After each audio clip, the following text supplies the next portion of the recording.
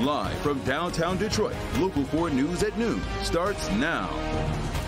Thank you for joining us this noon. A murder in Canton. And this afternoon, the investigation into what happened is just beginning. That's where we begin our newscast with the very latest. The investigation is centered in this neighborhood near Beck Road and Michigan Avenue. Pamela Osborne is there. And Pamela, have we learned anything into what happened here at this hour? Rhonda, we're still waiting to hear back from police. I have calls into Canton Police as well as Michigan State Police. A neighbor who lives in this community say they saw a Michigan State Police car here doing some investigation earlier. Now, here's what we know so far. That homicide happened along North River Woods, which is where we're standing right now. A 69-year-old man was killed. A man in his 50s is reportedly in police custody, and that is according to our sources. But we are still waiting to learn more information, and as soon as we do, we will update you. For now, reporting live in Canton, I'm Pamela Osborne, Local 4. Very disturbing, Pamela. Thank you. We are working to learn more as well about the victims of a triple shooting in Detroit. Police say that one man was killed and a man and a woman hurt in a shooting on Detroit's west side. They were found inside of a car on Lauder near I-96 and the Southfield Freeway last night. We don't know the conditions of the two victims. A semi-truck hauling cars hits a bridge on I-275 in Monroe County. Take a look. Sky 4 was over the southbound lanes at Telegraph, and that's the bridge and that's the damage, where two lanes were shut down for a period this morning during the morning commute. You can see one of the cars that was knocked off of that semi, and at least one other was damaged as well. State police say that there was minimal damage to the bridge itself. Both the bridge and all the lanes of the freeways have since reopened. And staying on Metro Detroit freeways, one person is killed in a crash with a smart bus that may have been the result of drag racing. It happened on the Southfield Freeway near 8 Mile last night. Police say that one car was speeding and crashed into the back of a smart bus. The driver of the bus says that it appeared to happen while multiple cars were racing. Police found a car on fire and a body inside. The identity of the driver is unknown at this time.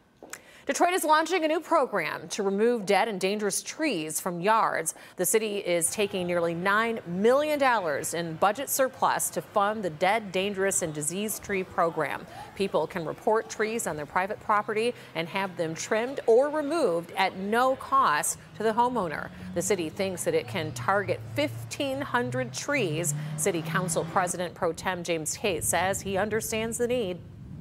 And I say this as someone who has a tree in front of my home, and I had deferred maintenance for a number of years, and it's cost me $7,000 just to trim that tree. Many residents are not, blessed to be in a position to do that, and for the deferred maintenance continues throughout the years. It is very expensive to have a tree removed. It's a pilot program, but the City Council is hoping to make it a permanent one. This afternoon, the Federal Reserve is expected to raise interest rates for a 10th time, and this time the hike is expected to be a quarter point. Federal Reserve officials are facing two competing economic trends. There is turmoil in the banking sector and a political battle over the borrowing limit, but inflation is still higher than the Fed would like. The announcement is expected in about 2 hours, so we will let you know what happens. And we know that finances are top of mind for so many people right now. It's just one of the things that Help Me Hank hears from most of our visitors that come to his restaurant meetings. This afternoon, Hank is at Vinny's Brunch in Clinton Township. And how's the response been there, Hank? Hey, Rhonda, it has been fantastic. I told you I was excited to hit this spot because I heard from a lot of our viewers about the menu. I mean, look at this menu. So many options. Don't worry. We've already ordered our food like many of our Local 4 viewers here in Clinton Township. As you know, Rhonda, you hit the nail on the head. A lot of people still concerned about the financial situation, not only here in Metro Detroit, but across the country.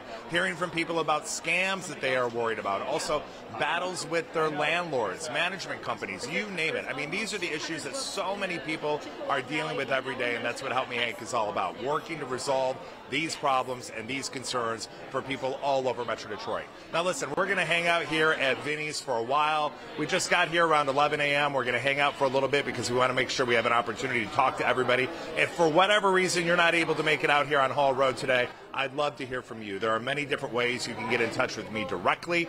Again, the goal here is to help solve your consumer issues, make life a little bit easier for everybody, right? For now, Rhonda, we're going to throw a little bit of a lunch order in here. Again, we're at Vinny's Brunch and Lunch, Hall Road, Clinton Township. We're going to be here for a while. If you have an issue that you need help with, stop on by. We'd love to chat with you. For now, we're live here in Clinton Township. Rhonda, back to you. Sounds good. Just love it. And I know a lot of folks have come, they have talked to you, and you've gotten help for them, which is the most important part and the reason you're doing this. Thanks a lot, Hank.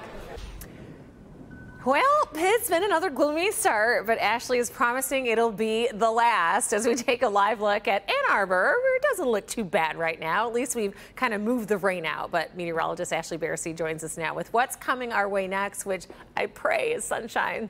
We will have sunshine to round out the work week, but the pesky rain clouds are just hanging tight a little longer than we would like today.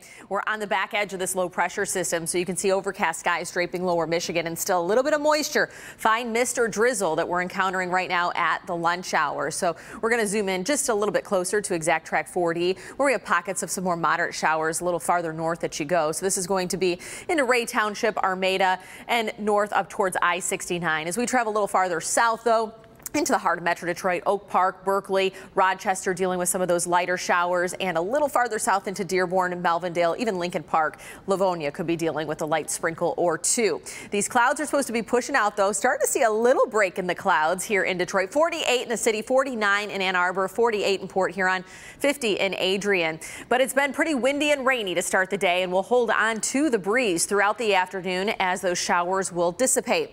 Afternoon high today, 54 degrees, so still about 10 degrees below average, but it's a small improvement from the last few days. Much bigger improvement, though, as we look at this temperature trend, where we get into the 60s and even 70s by the time we hit the weekend. I'm going to time out how long the sunshine lasts in your full forecast, but if you're heading out for the rest of the day and you want to time out these rain showers on radar, you can take our Forewarn Weather app with you on the go.